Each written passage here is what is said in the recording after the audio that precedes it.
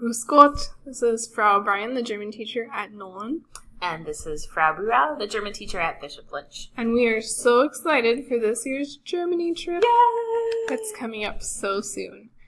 So just to review, here's our itinerary. So day 1, we're not actually in Germany. Sorry about that. It's okay. Canada. Yeah. So we will be flying to Germany. We're going to meet at DFW at 3:45 a.m. Woohoo! It's going to be awesome. Slumber party at the airport. I'm so glad I live, so close to the airport. Don't even. I'm done. I think I'll just watch those planes all the time. That's right. All right. Day 2, we will actually be in Germany. We'll be in Munich. Yay! And we'll be trying to stay awake, so just be ready to go. Go, go, go. That's right. So Munich, auf Deutsch, München, right? München. Okay, Yeah, so we'll be doing genau. some general sightseeing. The next day, our theme is Intro to Germany, then German history, and then German culinary traditions. It's the best. Guten Appetit. On day 6, we'll be traveling from Munich to Berlin. You can see in that map, Munich is in South Germany, Berlin is in North Germany. If you have listened to our awesome video about German history, you will know that Munich and Berlin have very different cultures. Very different. So we'll be starting in what I call the Texas of Germany. Bavaria. Bayern. And then moving up to, I don't know what the analogy is for Berlin. No, the cosmopolitan center of it all. Yeah, Berlin's just got a lot of its own specialness Yeah. going on. It's got some Like crazy in New York, history. maybe. Yeah. Yeah. Plus the Berlin Wall. Yeah. Yeah, Berlin's Berlin. All right, so Berlin is the capital of Germany, so we'll be looking at German politics, art, and artists. Berlin is also known for this, subculture. Culture, yeah. With this youth and the, really cheap apartments and graffiti and stuff like that. Yeah. Not I my think it's scene. cool, yeah. It's cool, it's just not my scene. Okay. It's my gray hairs. I'm getting older. Then we'll be looking at youth culture, and then on day 10, we are flying home. But our flight leaves at noon, so we don't have to get up at 1:30 like we did last time. Awesome. And we'll get back to DFW at 10 p.m. on the same day. Sorry, but the travel will take longer than 10 hours. Mm-hmm. So, first, we're going to talk about München. Yeah. So, Munich is the capital of Bavaria, and it's the third largest city in Germany. So, Bavaria, Bayern auf Deutsch. Yeah. And they say things like Servus. Servus. We also said that in Austria. I'm Munich, or Bavaria in general, and Austria are very similar Oh. culturally. And sometimes, no, not always dialect, but some of the verbiage, I suppose. So here's a lovely picture of Munich. Yes. I don't know if I'll get to necessarily see the mountains, but it's beautiful. Yes. So there's a few kind of cultural things about Bavaria that we wanted to talk about before we talk about Munich specifically. Because as we said, Bavaria is the Texas of Germany. The reason I like to say that is because you know how Texas is just different from the rest of the U.S. and other Americans kind of think we're weird and don't really want to claim us all the time because we have our own ways of doing things. Bavaria is the same way. They've got their own stuff going on. And a little bit of that Texas independence, right? Very So, much. very Yeah, much and like pride. Really, other areas of Germany yeah. are not so state pridey. Right. Moving from out of state, I didn't really, I knew actually what the Texas flag was. Nobody here knows the Illinois state flag, but I knew because Texas flag is so prevalent. Same sort of with Bavaria, I would say. We can The see blue and the white. Bavarian flag. Yep. There you go. It's there in this picture on the left, the blue and white. Okay, do you want to talk about Sure, beer garden? I will. So, equating back to Texas, I always picture and think about beer gardens more like that barbecue idea. So it's a lot of communal seating. It's not just drinking beer, but it's the fact that you get to go and really hang out with people, strangers, grab a beverage of your choice and food. And you do have sit. to pay for it, by the way. Yes, you do. And when you buy your beverage, you also have to pay a deposit. So you make sure to return that lovely glassware, also typically known as a stein. So there you go. A lot of times at beer gardens, you can pretty much always buy beer. It's Germany, right? Beer everywhere.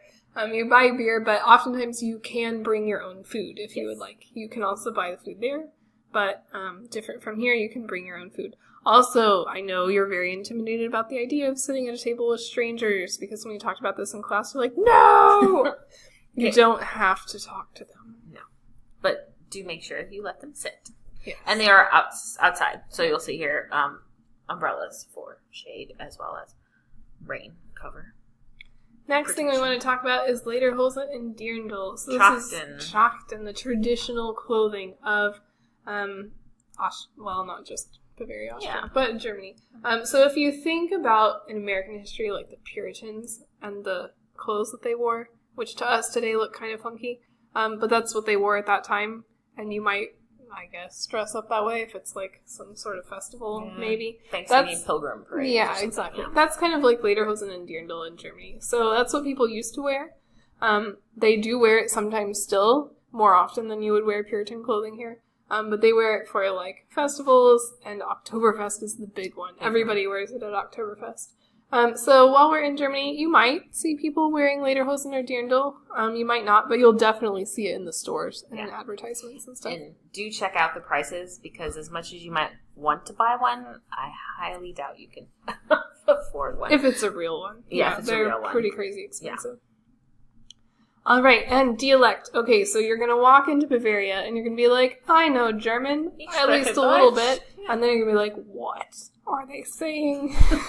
Okay, so in Germany, there's like two different things going on. There's what's called Hochdeutsch, High German, and that's like standard German. Everybody knows that. The newspapers are written in it. The like radio is in Hochdeutsch generally. In German schools. You learn it in school and everything. But there's also your regional dialect.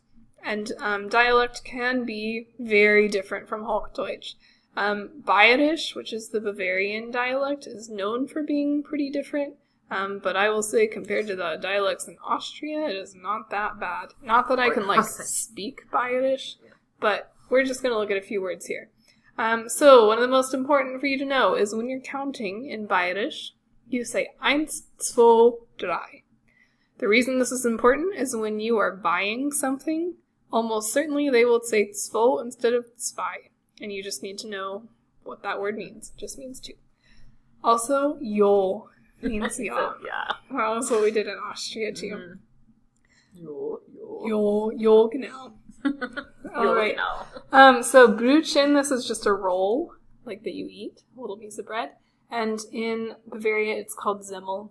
Or sometimes Semmelbrötchen. They put it all together.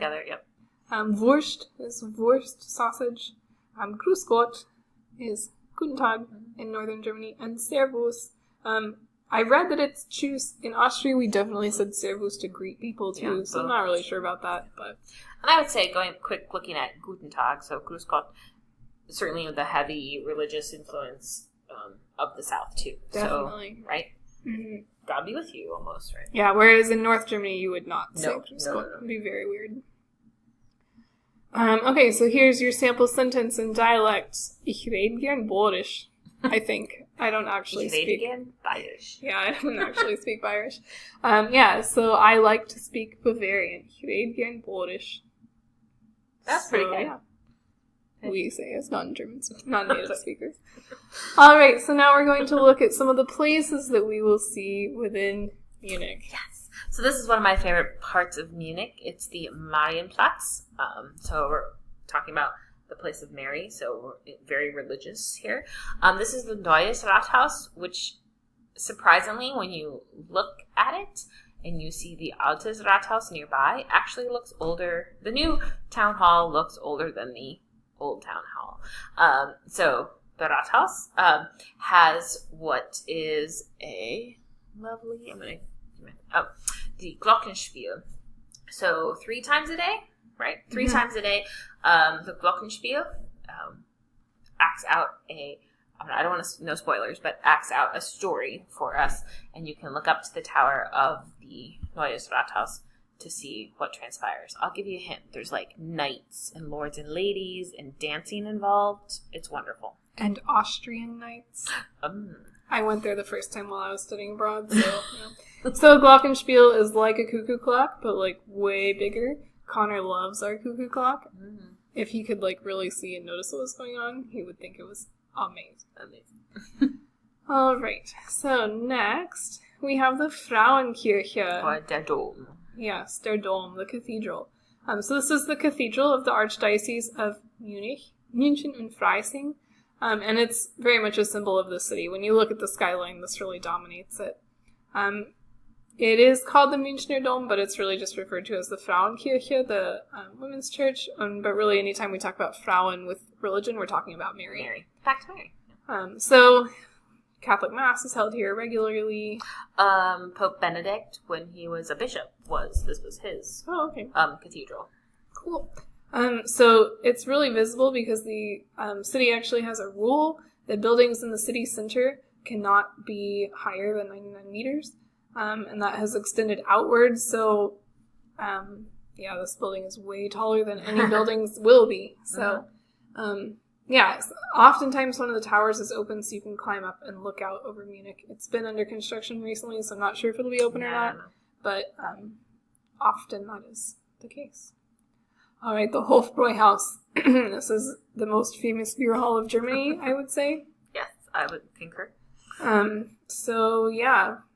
It's a giant beer place. And you probably won't meet a whole lot of Germans there. Yeah, it's a lot of tourists. Yeah, mostly tourists. But we'll go. We'll check it out. We'll go to the store. And there's some pretty cool paintings on the ceiling. And some places that regulars sit, a Stammtisch. Mm-hmm. So we'll look at some of the signs that are placed above for where the regulars sit and have their conversations. I will say it is largely tourists, but there are lots and lots of Germans who go here too. So, clean bathrooms. So yes. The Viktualienmarkt, this is a big market in Germany. It's outdoors. They have lots of stuff. It's like a farmer's market. Plus, like, flowers, and there's a lot of gourmet items there, too, like cheese and the Kartoffeln, all the potatoes. Pretzels the size of your head. Yeah, I can't eat that much. No, it's like right. They've got a lot of juices and spices and all sorts of stuff like that. You want to tell everybody what's off to the right on the right we can see the Maibaum, the maypole. Okay, one of the days that we are in Munich, we will take a day trip to see Schloss Neuschwanstein. Schloss Neuschwanstein. Okay, Schloss is a castle or a palace. So here you can see München there in southern Germany, and Neuschwanstein is right on the border with Switzerland. So just drive down there. A bus trip. Yeah, a bus trip. So this is a picture of Neuschwanstein. You probably recognize it. This was built by König Ludwig, King Ludwig II of Bavaria. He is referred to as Mad King Ludwig, or the Swan King, or in German, the Märchenkönig, the fairy tale king. This was a man in the 1800s who was the ruler over Bavaria around the time when Germany was unifying. So he was losing his power as the ruler of Bavaria because Bavaria was becoming part of Germany. And he was not a big fan of that, and he really wanted to live just in this fantasy world in his head. And so he had things like this palace created to make his fantasy world a reality as much as possible, so that he could ignore his responsibilities and just live surrounded by all of this beauty and all of this romantic ideas of knights and chivalry, and all of the artwork inside Neuschwanstein is taken from ancient German legends and epics. And operas of Wagner. Yes. Who took his operas from those tales. Yes. So Ludwig was very eccentric. He was eventually dethroned because his ministers decided that they didn't want him there anymore. Although there's a lot of questions as to whether that is actually true. So, lots of mystery here. Neuschwanstein was actually never completed, so it was supposed to be even bigger than this. But we will go and walk up a giant hill to get to Neuschwanstein, and then we'll get to go inside and see the really lovely stuff inside. And also look out over the Bavarian countryside. We will also visit the Dachau Konzentrationslager. So the Dachau concentration camp. This was actually the first concentration camp that the Nazis built. It was right outside of Munich, so you can see the city of München, and then just north of it is Dachau. So Dachau was originally not for Jews. It was built, I think, in 1933, right at the beginning of the Nazi period, and it was primarily for political prisoners, people they wanted to re-influence to be good little Nazis. But hush up, yeah, many people did die there. Now it's a memorial site. This is what it looks like. Part of it has been rebuilt so you can see what it actually looked like, and part of it is just memorial. So we will visit.